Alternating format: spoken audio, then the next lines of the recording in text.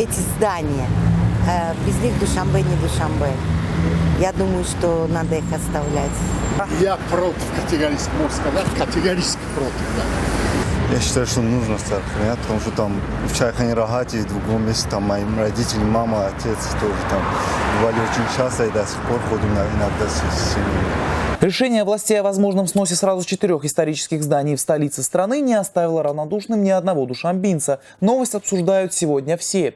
Петиция на имя президента страны с просьбой, цитирую, «остановить варварское уничтожение памятников культуры» собрала за несколько дней уже около 600 подписей. Создана инициативная группа. В новостных лентах и социальных сетях на разных веб-сайтах десятки комментариев по этому вопросу. За 1,5 часа я не нашел ни одного в поддержку решения о сносе. Постановление было принято не сегодня, по словам чиновников, а утверждено в генеральном плане по переустройству облика города. Первый заместитель председателя комитета по строительству и архитектуре при правительстве Таджикистана Нурали Саидзод в интервью радио Озоди сказал, что эти здания не соответствуют градостроительным нормам, не имеют национальный облик. Их место должны занять современные строения. После возведения Кохи-Навруз, подобия которому нет нигде в мире, Чайхана-Рахат больше не отвечает требованиям современной архитектуры. Однако с чиновниками не согласны ни жители Душанбе, ни историки, которые настаивают на том, что здания не типовые, и каждая из них уникальна, эксклюзивна и не имеет аналогов. А Чайхана-Рахат – это визитная карточка Душанбе. Ее знает весь город, весь бывший Советский Союз. Ее знает уже почти весь мир. Побывать в Чайхане-Рахат считает долгом каждый турист. К тому же, по словам историков, нужно учитывать не только архитектуру строений. Очень жаль, что у нас люди, облеченные властью, не понимают, что кроме архитектурной ценности есть еще ценность историческая.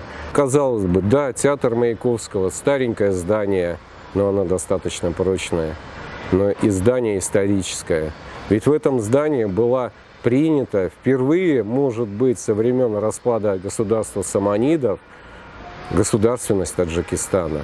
То есть, когда в 1929 году, когда Таджикистан вышел из состава Узбекской ССР, была провозглашена Таджикская Советская Социалистическая Республика. На месте некоторых снесенных зданий, возможно, построят парламент, аппарат президента и администрацию города. Хотя чиновники говорят, что пока это неизвестно. Все 4 здания расположены одно за другим вдоль проспекта Рудаки, самой старой улицы города. Если их снести, то здесь откроется просто огромная территория. Так, навскидку, несколько сотен метров только по улице.